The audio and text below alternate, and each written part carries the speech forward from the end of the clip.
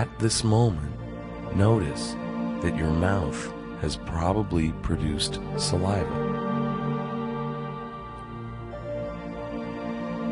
This is the power of the unconscious.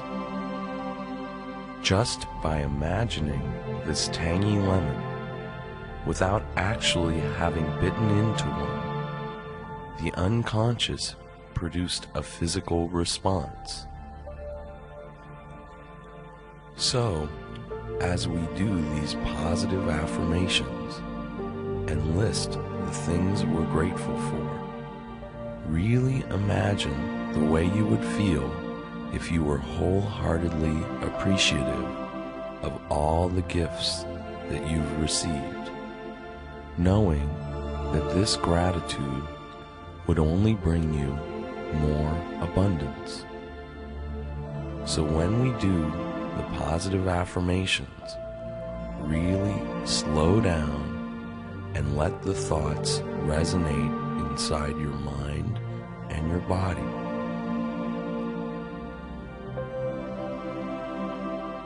Let's take a few deep breaths now to relax more deeply, breathing into the whole body, imagining our breath filling us slowly from head to toe.